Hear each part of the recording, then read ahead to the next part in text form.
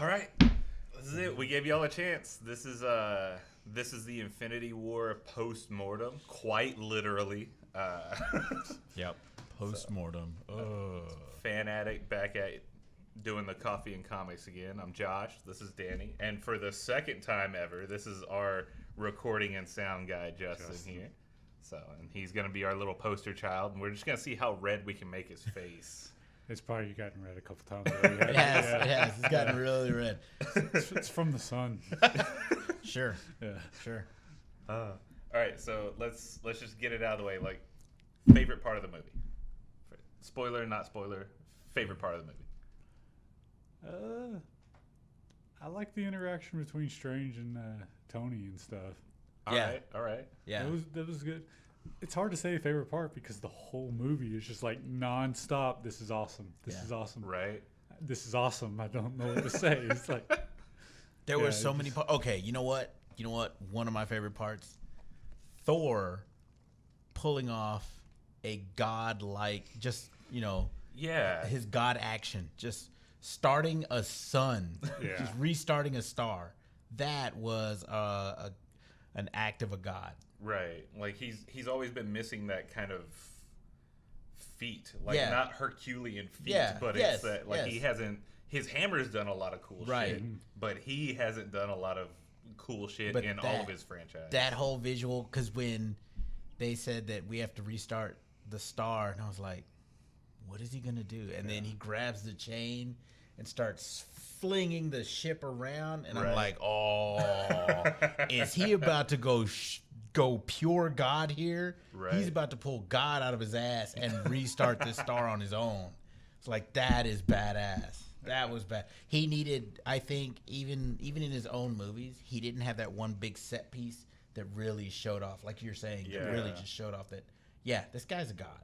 He had that kind of at the end of Ragnarok when he, blasted her off and then got to jump down on the bridge to some Led Zeppelin like a badass. Like he kind of had that, but he didn't have that on a planetary level. Right. He's thrown people through planets before and like followed them. Yeah. So it's just been one of those. He finally got his good. But to see it on screen, like, oh, that was amazing. That was a giant set piece. That was just the idea that went into that was magnificent. And then the whole just taking the full brunt of the star. Yeah. To top it all off. Going. Yeah. That was awesome. I was just like, well, and then later he gets he gets to come down and basically play Dynasty Warriors in real life. Yeah. Just come on down. It's like mob. Yeah. So that was glorious. That moment when he lands, like leading up to that moment, the whole time I was like, man, they could really use Thor right now. They could really use Thor right now. Where the hell is Thor? Like, shouldn't he be here? And then all of a sudden, boom! I'm like, what, Thor? I think my favorite has to be all of the shit that Tony's suit could do. Like, it's the nanites and everything. And it was just they made it styled like the Bleeding Edge armor. So you're like, all right, well, this is going to be the callback to the Bleeding Edge type thing, but there's no way they're going to take it on that scale. They're not going to have it like in his bones or anything like that. So instead it's right here, and that's cool. But when he finally just unleashes it and goes ham and basically 1v1s Thanos and holds his own for a little while, like there were several moments that our theater was cheering and all of that. And I mean, I know I'm a big Iron Man fan, but still, it was Cap didn't get that 1 versus 1 treatment. He had that 1 versus several hundred, but it was with everyone. He didn't really get his own spotlight thing, which I'm kind of bummed about. But at the same time, he didn't have 6 laser cannons appearing and like jet boots and this and the other. He didn't. Tony had the suit, but Cap, I think, and that's that moment that's in the trailers where Thanos is pushing down and Cap holds his hand, and he's straining, but you can clearly see that Thanos is not happy that he can't just push through this guy. Right. Like, he's like, no, this should not be possible. Right. So he's like, okay, boom. Yeah. So I thought that moment would be a lot more prolonged than it was. Right. That was, I thought I thought that was the death of Captain America. I thought it was too. Me too. I was like, it's when because he hit the shit out of him. Yeah. And I thought, he had to like break everything in his head. Nah, son, Cap can do this all day. Yeah, Like that's he can do this all day. He can literally do this all day. I was broken right there, but thank God he survived. right. But I was just like, and I went in ready for, again, big Iron Man fan, but I went in ready for, Tony to bite the bullet. I thought he was going to die Act 1, and they were going to be like, oh, you killed one of our old homeboys. Like, now we're pissed. yeah. But he has his little MVP moment of, whoop ass, just like jet boot, fuck your hand, jet boot, eat it, take it in the neck. Like, here's one in the back, jet boot, fuck your hand again. Like, but I think the only people that are left are the old ones and Rocket and Nebula. Did Rocket? Rocket survived. Rocket survived Okay. and Groot disappeared. That's right. Yeah. Yeah. Groot. Yeah. So, which is curious because I'm wondering if there's going to be like a exchange later on. Like, we've had our time, take us instead type thing. Yeah. If that's how they're going to work that in the next movie, or I don't know. I think it's going to be interesting to see. And I mean, that's part of like the fan theory thing that just goes with these types of movies, that at the end, everything we say, it's going to be wrong. Because everything everybody said about the Soul Stone, about who's going to die, who's going to live, like, it was all wrong. That Soul Stone, just everyone in the theater, whenever the fucking Red Skull comes out and he comes back, everyone in the theater just, they're standing up and clapping and screaming, and we're getting oh shits all over the theater. Like, that was what I said. I was like, oh shit. yeah, and it was like I brought up last episode, it was like I was at a concert, dude. Yeah. Like, it wasn't. This wasn't a movie. This was an event. Yeah. This was an event. Yeah. That revelation that the Red Skull is the guardian of the Soul Stone, the price you have to pay in order to get the Soul Stone, how many people have tried and failed to possess the Soul Stone. That was a good moment. Because first it was the specter of death, and I thought that it was death. Yeah. Right. And then it kind of is, because the skull doesn't give a shit, and it's got a skull face. And I think it's kind of a callback also to that. What did they call it? When Nick Fury was banished and punished to because he takes out. the man on the wall. Yeah, he takes out the Watcher, and so he's punished to be like the All-Seer or something like something with seer in the name. Yeah, where he's got the cloak and the chains and everything, and he just walks and around. He's just banished to, like, you can't talk to anybody, but you have to know everything. Like, that's your punishment. So is it kind of a callback to that as well? It kind of is, yeah. A little bit of both there, but God, I had a thing. well, this movie's so big, you're conflicted on what to bring up next because it was all so good. The fight with the Hulk at the beginning that truly showed Thanos' strength. That was an incredible, and the like you said, Iron Man got his MVP moment. The Hulk did not hold back, and he got his ass handed to him. And he's scared now. Yeah, he doesn't want to come out. Exactly. Yeah. Well, and I feel like it was really weird because I feel like Thanos' on-screen power level, I guess you would put it, fluctuated depending on what the script needed at the time. Because, like, they've got him. So there's those two moments, those two things that really just bothered me as like a film telling, like a storytelling standpoint in the film. The first was like the Black Order, and I called it from the beginning with my roommate. I was saying, like, with all this hype they're giving the children of Thanos instead of calling them the Black Order or whatever, I was like, man, they're gonna bring them in and they're just gonna kind of be throwaway villains like Act 1 and 2 and like Ghost Rider. Like, and they didn't take up as much screen time as those villains did, but the only one that really got fleshed out was Maw at all. But I also see how they had to include someone else fighting those fronts, so it wasn't just Thanos doing all of this Right. by himself. Right. Because logically, he couldn't. Even with the Space Stone, he can't be everywhere at once until he has all of them.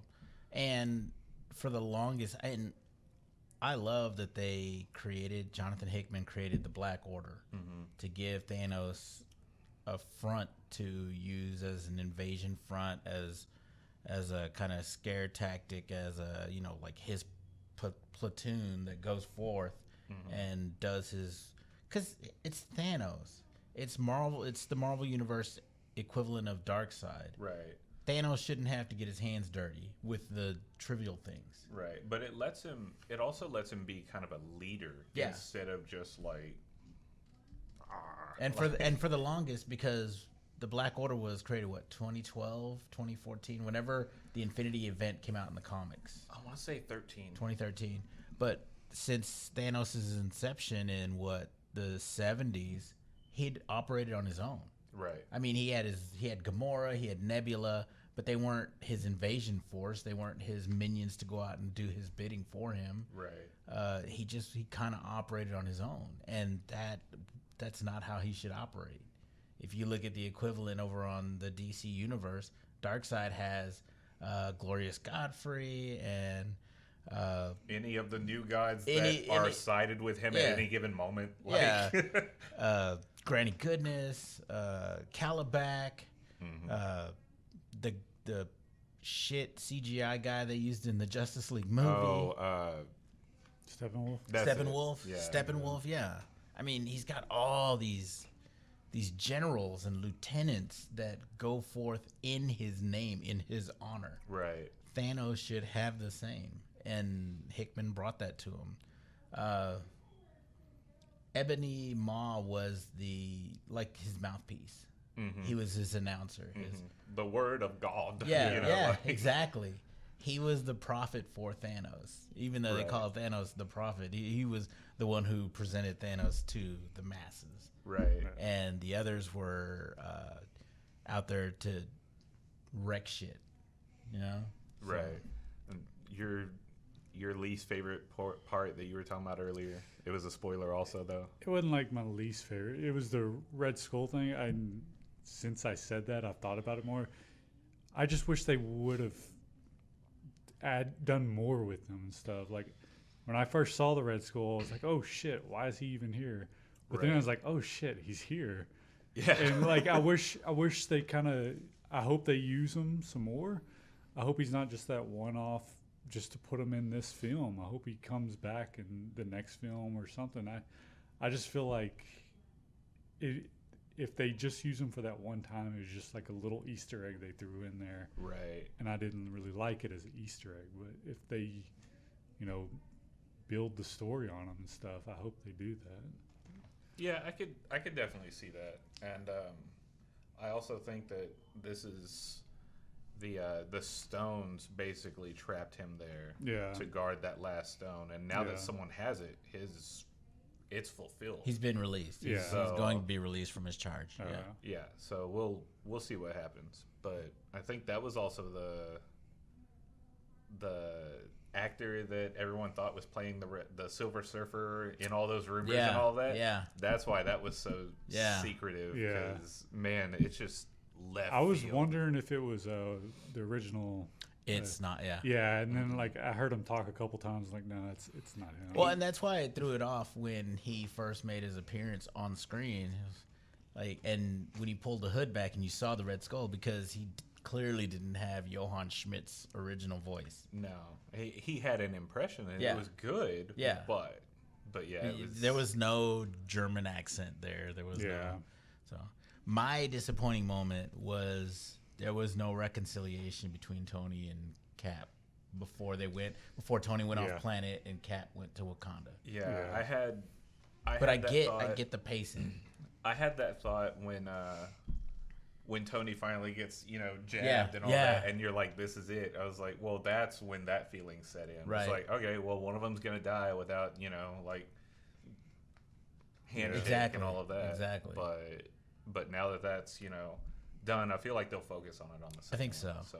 I think they will. The part where Tony left, that also kind of bugged me once they finally saved Doctor Strange and stuff. This Strange was like, what's your plan to get us off the ship now and stuff? Couldn't he have easily just opened the portal and gone back to Earth? Couldn't he just use his magic? I wish they would have kind of said something like that. Or at least clarified that Strange can only use it in whatever, but even then he used it on Titan. Yeah, so it's not like he's bound to Earth. That's what I thought too at first, is maybe he could only use it while on Earth. Yeah. But then, Spider-Man's using, magic kick and stuff. So. Right. And the other part that just really bugged me, every stone is kind of forfeited over because of emotion, like because of right. I love this person here, and I mean that's an overall theme to the movie, so I'm fine with that. But the part where they're wrestling the gauntlet off of him, and it's like any one of those characters could, like Tony could have used his red laser cutter thing and just cut his arm off. Yeah, it's like take it at the elbow, like bye. But so that part drug on a little longer than it really should have with Thanos being Thanos.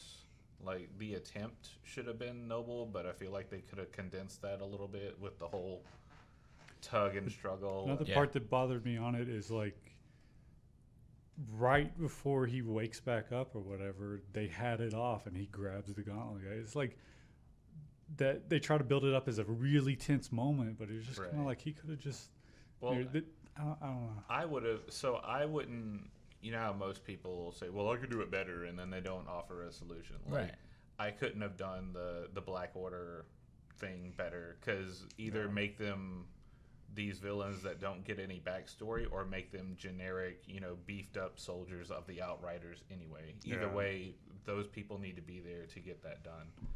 But the gauntlet thing, I feel like they could have taken it off, and then just to show that gauntlet is a one-of-a-kind piece, had it come right back to his hand. And it would have been a much shorter, little cartoony tug-of-war scene going on. So it wasn't enough to be, it wasn't like the Martha moment from Batman versus Superman. Yeah.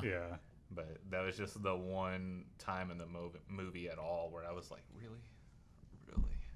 To your statement on the whole Doctor Strange needing to, or being able to teleport back to Earth, they were on the planet Titan, which is in a different solar system. So I think in order to teleport through dimensions or whatever, Strange has to have a key location that he's looking for. And since he's in an unknown galaxy, because it wasn't Titan, the moon of Earth, of Saturn. It was a completely different planet out in some other solar system somewhere. So I think that might have been the reasoning that might have been the way it was written for the movie. So that Strange, because I thought the same thing. Why doesn't he just teleport back to Earth? But when I think about it, if it's in another solar system and he has no idea where he is to begin with, what solar system this exists in, then it's going to be hard for him to get back.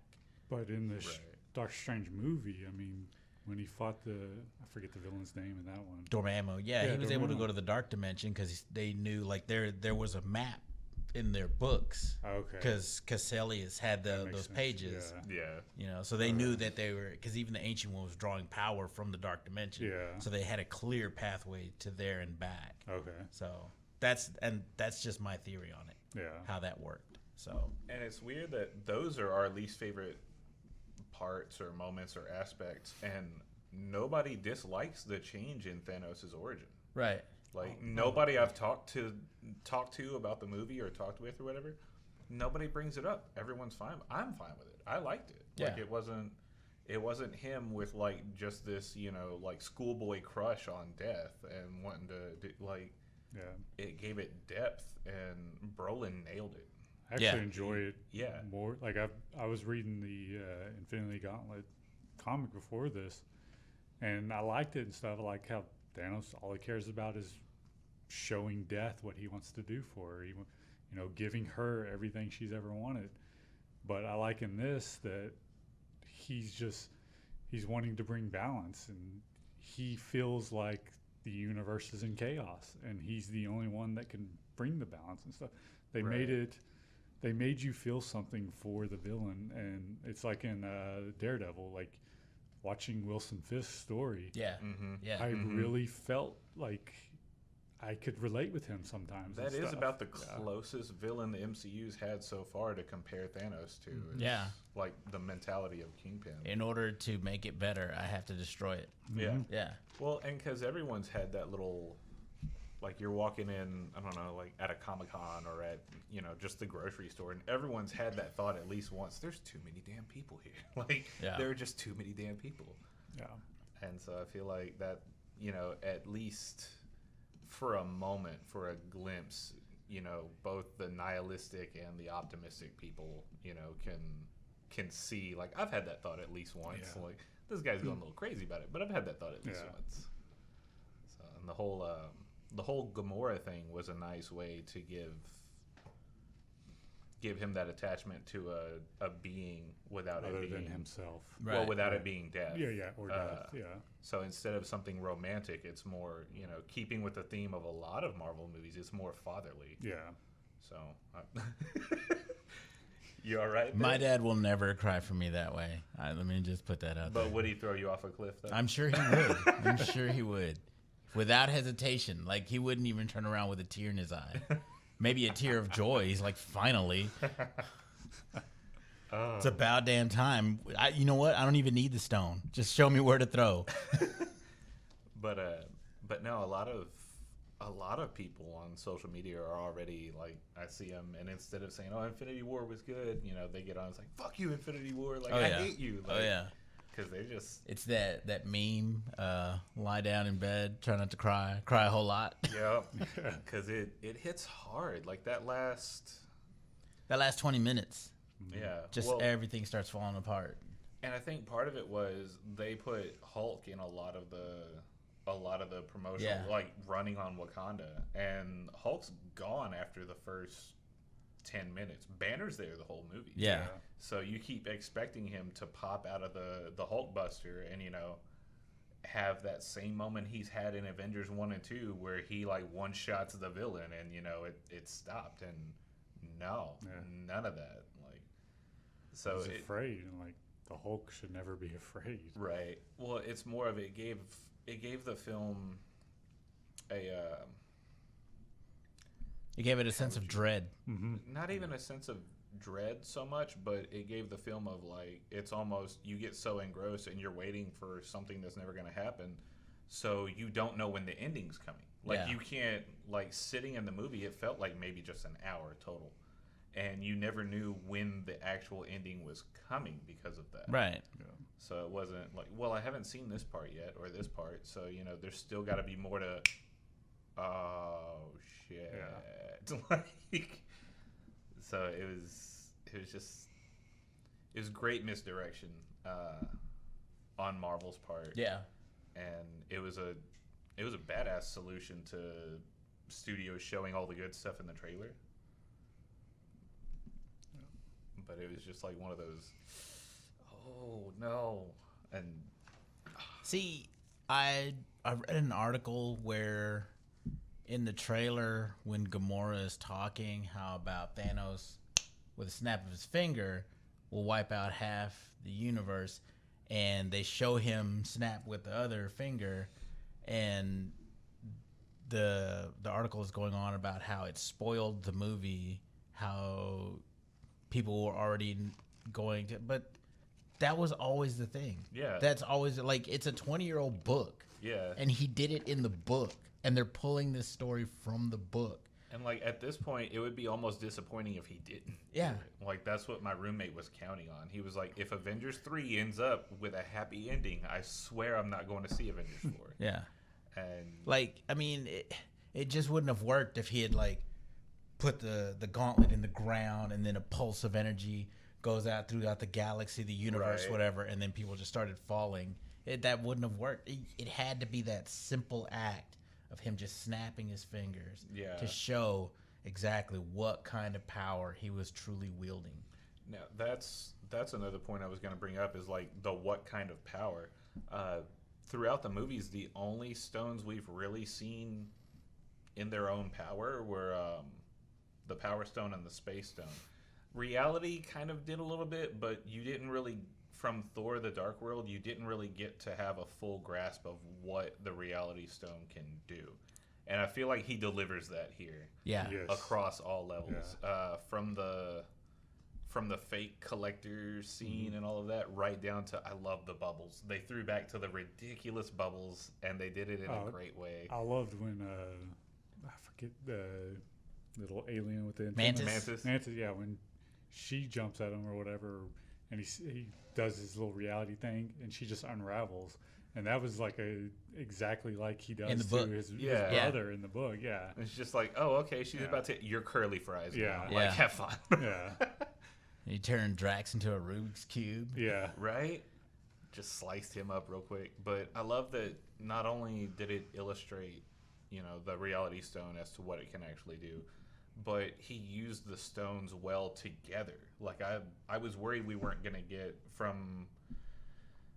So I was worried that the movie would be 2 acts of, like, them trying to beat up the Black Order and, like the Ghost Rider Right. thing I mentioned or Right. whatever. And then Thanos would come in and we get, like, 20 minutes of Thanos whooping ass. But I was sorely mistaken, and I'm thankful that I was. Because you get things like him just blowing up the moon and then bringing it and hurling it at them. Yeah. With just his hand up like this and then like that. Like... I was fanboying pretty hard every time he used the gauntlet. Like, it was never just whatever.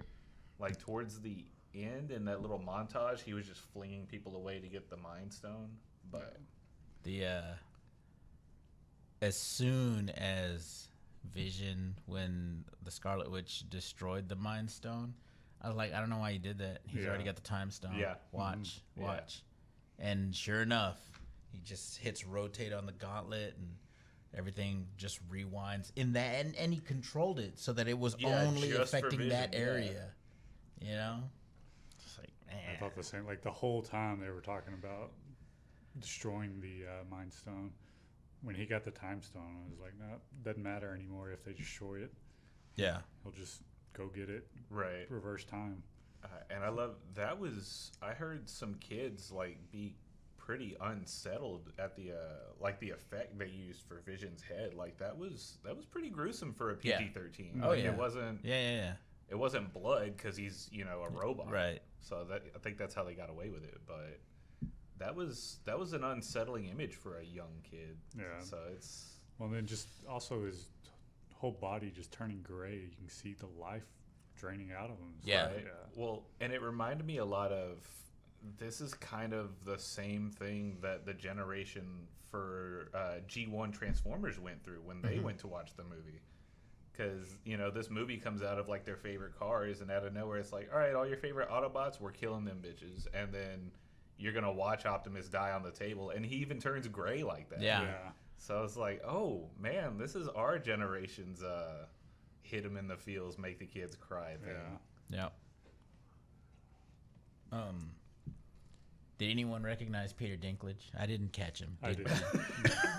They gave him that Tom Hanks treatment, like, just made him big. Yeah. Because they were talking about how Peter Dinklage, he's in the movie and he's clearly, you're clearly going to He's recognize. clearly Pip the Troll. And, Yeah, everyone thought he was Pip the Troll, or they thought he was voicing one of the Black Order, and he's Yeah. got a very distinctive voice. Yeah. And so I was like, when the Black Order appeared, I was like, oh, is he the Black Dwarf? Is he the Black Dwarf? Is he the voice of the Black Dwarf? And who never Right. spoke. Which is weird. They changed that name to Cull Obsidian. Cull Obsidian, instead. Yeah. Yeah. Like, that's a little odd. I don't know what the purpose of that was, but Yeah, I don't know. Well, and they got rid of Supergiant because Supergiant was way overpowered. yeah. So, but when they got to the star and he attacks Thor, I'm like, Yeah. that's awesome. Right? That's awesome. I love it. But we had so many people clapping at so many moments in that movie. It's just Yeah. it was just a treat. It's almost overwhelming. Like it's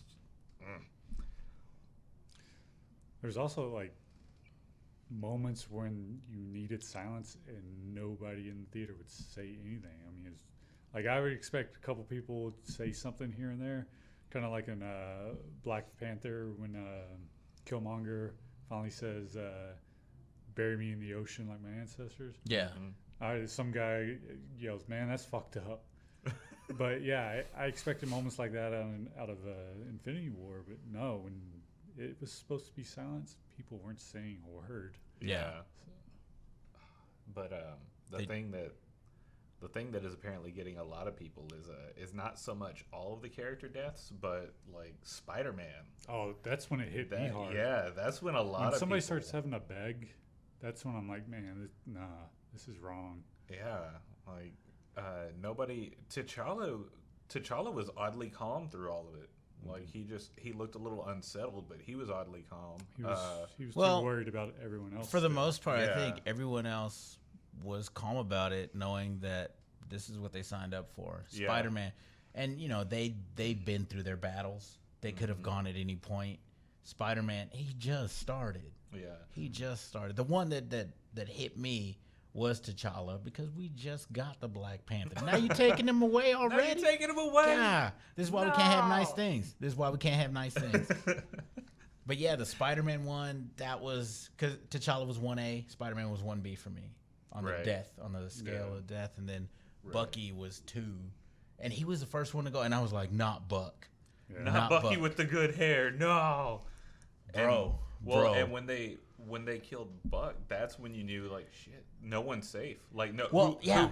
No, stop. No. Like, Yeah, because you saw the finger snap, and then you saw Thanos kind of exhale like it's done, Yeah. and then he disappears, and now you're waiting for that other shoe to drop, and then it takes a beat, and then Buck disappears, and then that's when the dominoes start falling. You're like, oh shit! Yeah. Yeah.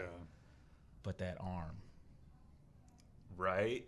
Oh, brought out the bling for him. that like, arm, oh. and he already knew when they presented that arm to him. He's like, "Where's the fight?" Yo, Like, Yeah. what? This dude Yo. is ready. he's been sitting there hay baling and farming, and out Yeah. of nowhere he's like, "All right, what are we doing?" Like, Yeah, just point me in a direction. What shit do I got to wreck today? Right. But no, coworker I mentioned earlier, like her kid's inconsolable and Yeah, now and oh, all yeah. that. Like his favorite like he wants to grow up to be Spider-Man, and so I saw it Thursday night, and Friday she was talking about it, and I was so busy trying to not spoil the movie for her, I didn't think to warn her for her kid, which I'm still not sure I should have, because then that just kind of would have gave it away for her. Yeah. But it was one of those, like, she messaged me later. It was like, Mikey is inconsolable. Like, he's crying nonstop. It was an hour and a half. Like, just, and I had kids in my theater just full on, whoa! Yeah. Like, Yeah. it wasn't anything. They did a damn good job of, even if that death isn't permanent, it held weight this time. Yeah. When people started dying, no, right before people started dying, you sort of started to feel the weight, and then Bucky drops, and then people started dropping, and there's that quiet moment after Spider-Man, and when Strange gives this is how it had to go. Yeah. You could hear Yeah. from dudes. Yeah. From dudes in the theater. Yeah. Not women, but guys, like grown ass men were Well, and you see the way more like that Tony, like his life was bartered for the stone, and now these two are gone, and he's just there, and it's not that Tony lost the fight physically that you can see on him. You can see that Tony lost Yeah. mentally, emotionally. Like, he didn't care about the physical. He was ready to die. Yeah. But now, not only did he lose, but it was one of those, like, he just sat there like, we lost. Like, that's it. Like, and even Nebula, like, she walks up and she almost has no words that can help or comfort anything.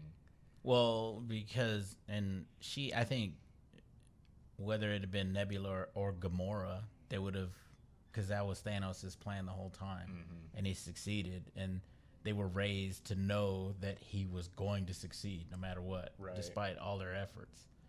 So at every turn, and she just like, I don't know what to tell you. Right. A friend of mine brought up a really hilarious point. He was saying the whole Banner and Hulk thing. He's like, yeah, if you ever need to teach a kid about erectile dysfunction, there it is right there. Yep. And I lost it, dude. Like, I spit my drink out. Oh, it was hilarious. So his penis got punched really hard too. Right? Scared to come out. Yeah, he's scared. No, I'm gonna get punched again. But yeah, it was just, all in all, it was a treat. Like, it was just glory. Like, I know I'm excited that Tony got his moment and all that, but even without that, there were so many little things. Like, he gives Spidey the armor, and then, you know, they end up like, what the hell are you doing? And all right, well, let's take this down. And then afterwards, just this more informal, like, it doesn't have to be big and serious anymore. So it's just this informal moment between them where he's like, all right, you're officially an Avenger. Let's go. Like, I was more excited for those moments. And Yeah, I was just about to get into that. The tiny moments, like at the beginning in the Sanctum Sanctorum. He's like, how do you not have money? He's like, well, I don't believe in material possessions. It brings oneself down. He's like, well, then I don't know what you can do from the deli, because they don't take Goodwill or anything like that. He's like, oh wait, I think I have something. It's about $1.70. Yeah. Or the little moments with T'Challa, where she's like, you know, I thought this is not what I had in mind when we were opening the country. Yeah. Like, I thought maybe a Starbucks. Like, Yeah. I love the back and forth between Thor and Star-Lord. Star-Lord. Yeah. He's trying to copy me. Yeah. I didn't expect that, and that was funny. That was funny. And I feel like at this point, it's more like everyone's kind of allowed to play the character how they want now. Like, Thor is allowed to stop being so Shakespearean and just kind of let loose a little. Like, Thor himself, not Chris Hemsworth, but Thor himself is allowed to have a little fun now. Yeah. Peter Quill's allowed to have a lot more fun. Oh, yeah. Even since Guardians 1, like, leaps and bounds over. I feel like Robert Downey Jr. is allowed a lot more, like, improv and one-liners, and it didn't feel like him and Benedict had that scripted. I feel like a lot of that was kind of just them. Yeah. I feel like Benedict's got to try a little harder because he's got his accent, so he has to stay a little more in character to keep, you know, the American accent, you know, type thing that he does. Yeah. But he flowed well with it, the back and forth, and they each had their moment where they showed the other, this is what I'm good at. Right. You know, you're welcome, by the way. Right. Well, that was my main, like, I'm glad Thanos got the treatment, and I'm glad the gauntlet is comic accurate. Like, it's, you know, he does the, like, I thought that was just like a little Easter egg they put in the trailer to talk about, you know. Oh, One, two. I'm gonna mix them. To talk about, like, to kind of throw back to the comics. Like, oh, well, he's not really going to do something like that, but he'll, you know, all that. Like, I'm glad that happened and all that, but I'm more glad that everyone gets their chance to shine. Yeah.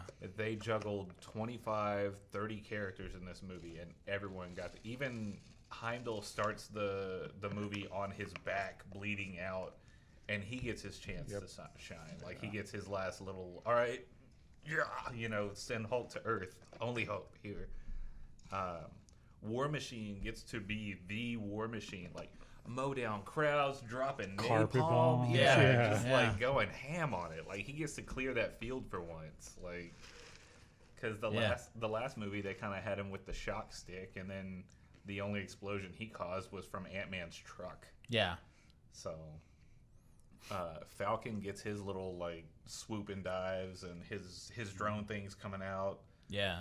Cap and Black Panther, obviously, they fight side to side for a while. Dude. Oh my God, that was an amazing sequence from them, leading the pack. Yeah. You could tell both of them were step for step, and they just jumped straight into the fray. And it's like they had been fighting with each other for centuries. Right. Yeah. They knew each other's ins and outs. They were watching. They had each other's backs. They, every enemy that came from one side, the other one was there.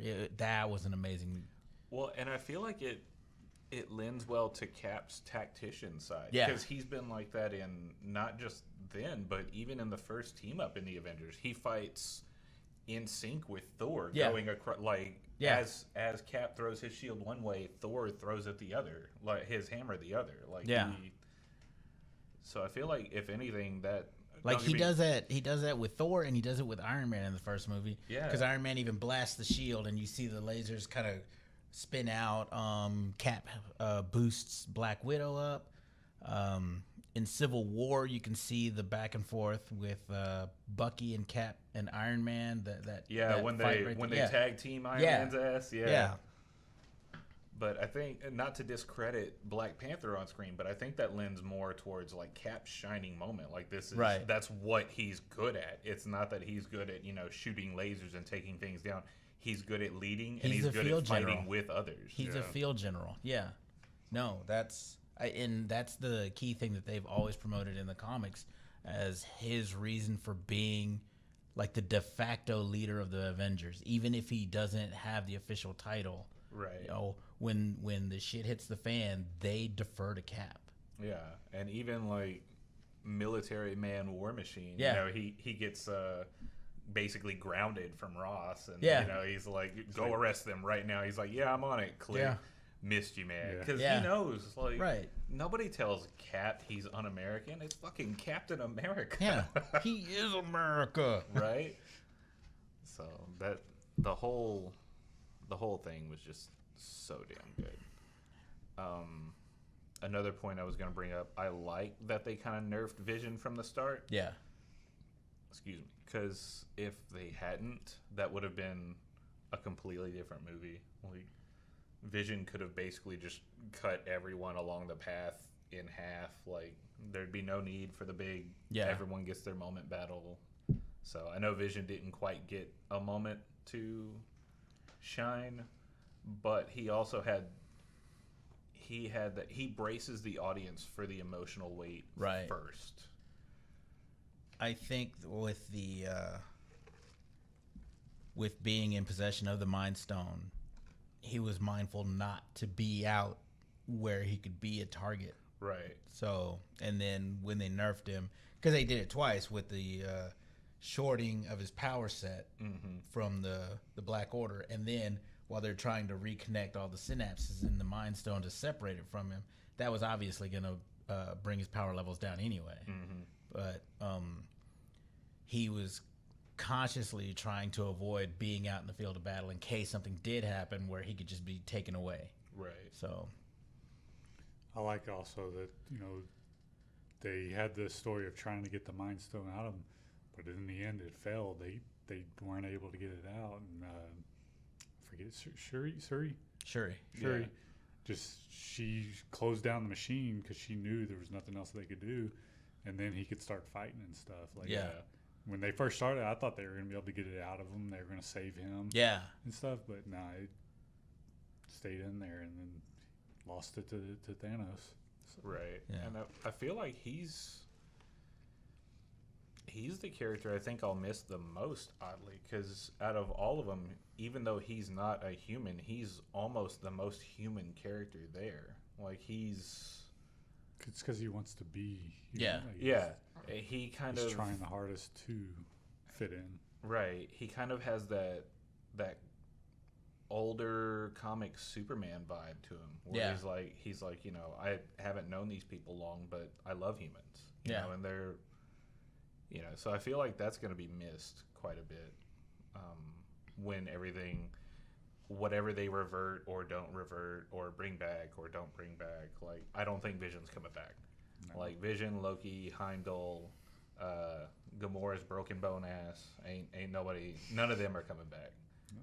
Like, yeah, I have a theory regarding the ones that will come back, how they'll come back. The Soul Stone.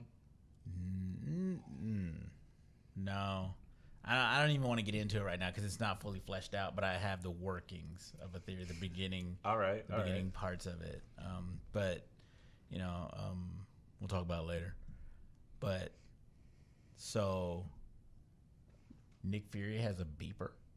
Yeah, I thought that too. I was like, Right. "Geez, what age is this?" Right. Well, and I think it fits with he's got a pager because, pagers stopped in the 90s. Yeah. But Captain Marvel is set in the 90s. Yeah. So that may have been the last time he's seen her. And this is one of those, like, don't call me unless it's an emergency. Like, here. Yeah. I've read articles on that too. Where is Captain Marvel? Right. Obviously, this is the stinger for the movie.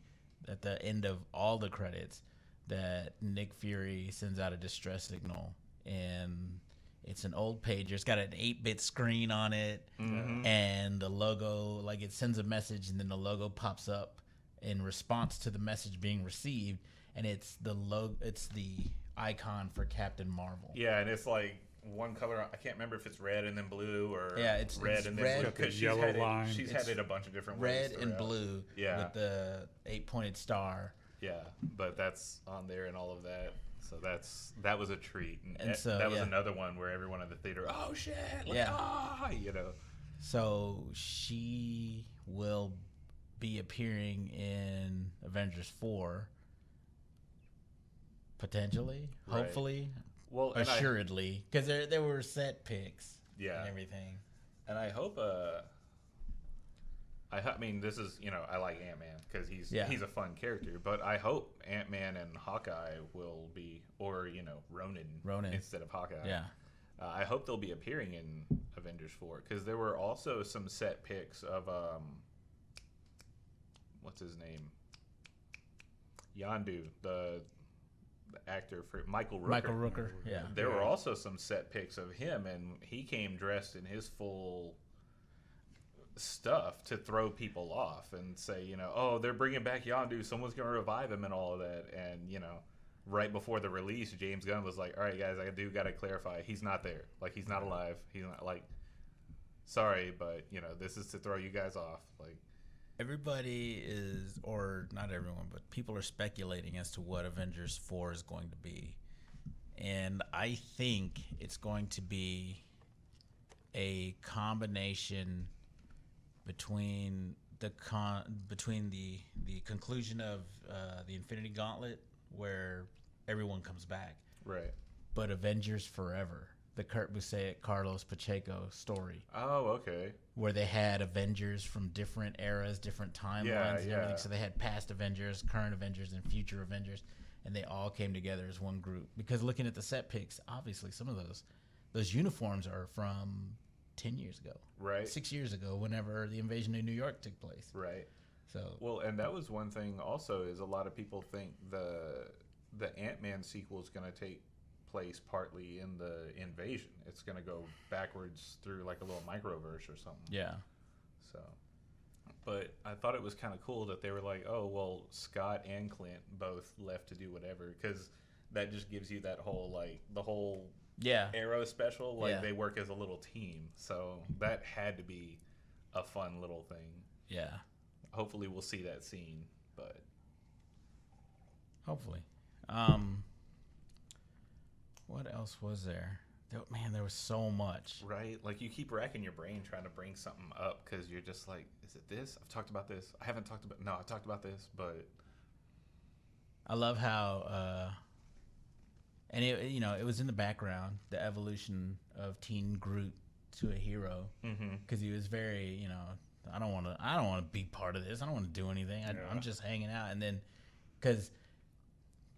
He's with the Guardians, and Star-Lord is not the best role model. Yeah. Right. As much as he tries to be an enforcer, but then you have this god, you have Thor show up, and every act of heroism that he pulls, from reigniting a star to holding open the lens so that the star's full force can reignite the flame. Can melt the steel.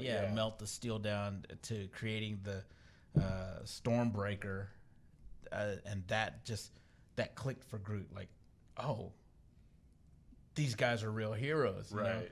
And I'm this is big. Yeah, Like, I'm part of a real heroic group. You know, because Rocket is standing right next to Thor. They're just, you know, it's not an unfathomable idea for him. It's something attainable now. Right. And he does it without hesitation. Yeah. He just makes that leap. Well, and he almost has like a glow in his eye, like kind of a we get to be heroes now. Like, Yeah. Like it's that same when I don't know, when a teenager gets to ride in a cool car. Yeah, or something. Like, it was that same little, you know. Yeah. So it's like a sense of wonder.